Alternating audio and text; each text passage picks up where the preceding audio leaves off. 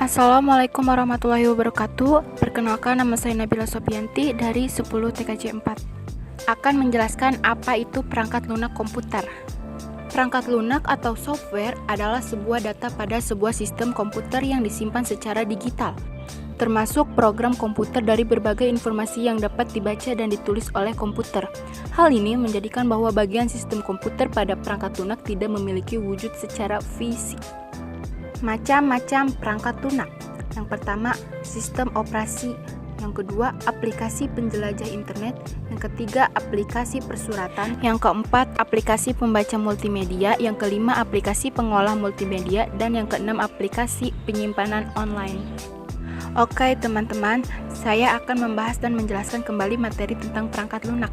Yang pertama, sistem operasi, dan yang kedua, aplikasi penjelajah internet. Yang pertama, sistem operasi. Apa itu sistem operasi? Sistem operasi adalah perangkat lunak sistem yang mengelola perangkat keras komputer, sumber daya perangkat lunak, dan menyediakan layanan umum untuk program komputer. Berikut ini sistem operasi yang sangat terkenal dan sering digunakan oleh beberapa orang, yaitu yang pertama, Windows. Windows adalah sebuah sistem operasi yang sangat terkenal dan paling banyak digunakan terutama bagi pengguna di Indonesia. Banyak perusahaan, institusi, organisasi, maupun pribadi yang memilih Windows dengan alasan karena terbiasa dan lebih mudah digunakan. Yang kedua, Linux. Linux adalah sebuah sistem operasi yang bersifat open source atau gratis. Jenis-jenis Linux. Yang pertama, Debian GNU atau Linux. Yang kedua, Ubuntu. Yang ketiga, Linux Mint. Yang keempat, Red Hat Enterprise Linux. Yang kelima, Fedora. Dan yang keenam, Arch Linux. Oke teman-teman, setelah membahas Windows dan Linux, sekarang kita akan membahas macOS. Apa itu macOS? macOS adalah salah satu sistem operasi yang dikembangkan oleh Apple Inc., di mana pada sistem operasi ini memiliki antarmuka secara grafis sangat baik dan cepat. Sistem operasi ini biasanya sudah tertanam pada laptop atau notebook perusahaan Apple, yaitu MacBook. Oke teman-teman, sekarang saya akan menyebutkan fungsi-fungsi sistem operasi. Yang pertama, manajemen sumber daya komputer. Yang kedua, berperan sebagai aplikasi dasar sebuah perangkat. Yang ketiga, menghubungkan hardware. Yang keempat, mengoptimalkan fungsi sebuah perangkat. Dan yang kelima, mengatur sistem kerja perangkat. Oke guys, kita next ke pembahasan berikutnya, yaitu yang kedua adalah aplikasi penjelajah internet. Di dalam aplikasi penjelajah internet juga terdapat, yaitu yang pertama, Internet Explorer. Apa itu Internet Explorer?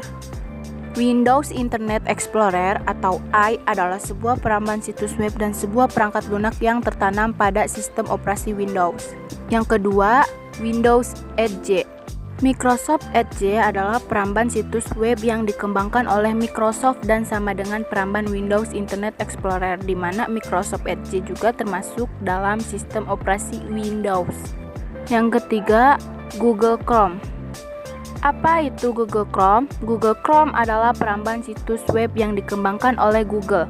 Peramban ini bisa digunakan di semua sistem operasi seperti Windows, Linux, macOS, bahkan saat ini sistem operasi Chrome OS telah dirilis.